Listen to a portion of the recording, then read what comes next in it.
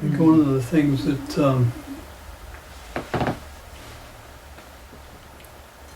for me, Ramana Maharshi is the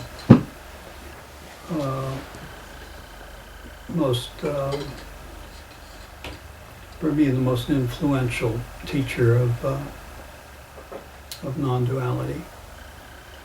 And of all the things that he said, I think for me, the most important thing he said was that there are essentially, as he would say, three conditions of our life.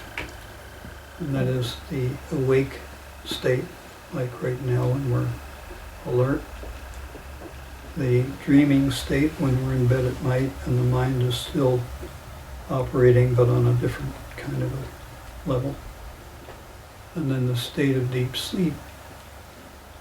And scientists tell us that we go into that state of deep sleep several times a night. And in that state of deep sleep, there's some kind of awareness.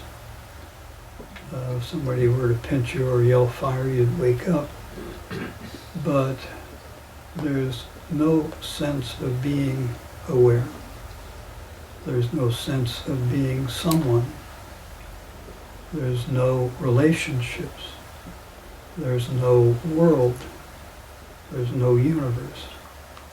There's just some kind of empty presence. And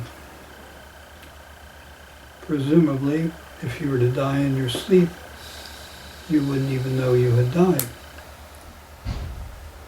And that probably, we can suppose, would be the state or the condition when the body ceases to function, when we die.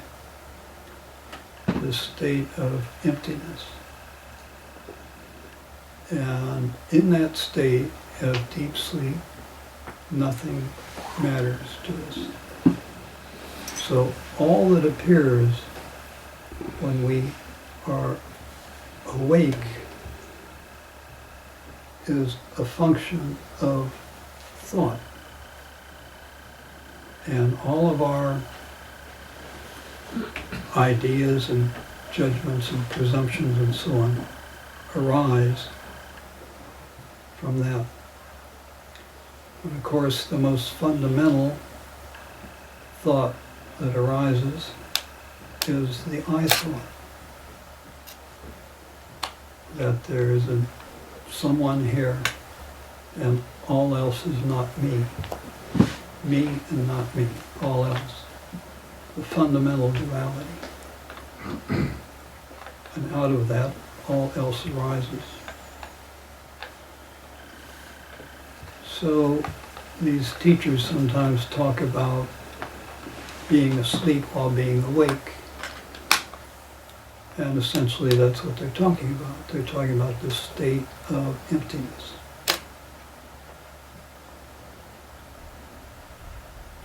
In terms of how this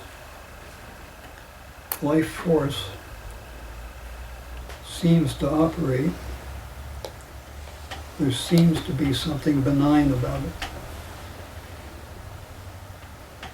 Let's say when all else is emptied out and this life force operates through the organism, it seems to be of a benign nature. If you look at any of these enlightened sages, once they've had their awakening, essentially they were available 24/7 to be of assistance to people who consider themselves to be suffering. Krishnamurti was asked once why he does what he does, and in a word he said compassion. So there's something that operates through this life force that seems to be benevolent.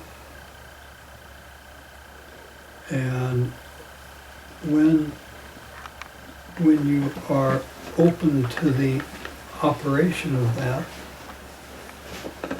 you find yourself doing what you do without concern for whether it's benevolent or whatever else it is. It's action without concern for outcome. And if you do not weigh that on the scale of right or wrong, good or bad, better or worse, there's something pure and free about that expression. Does that relate to what you're talking about? Yes, it does.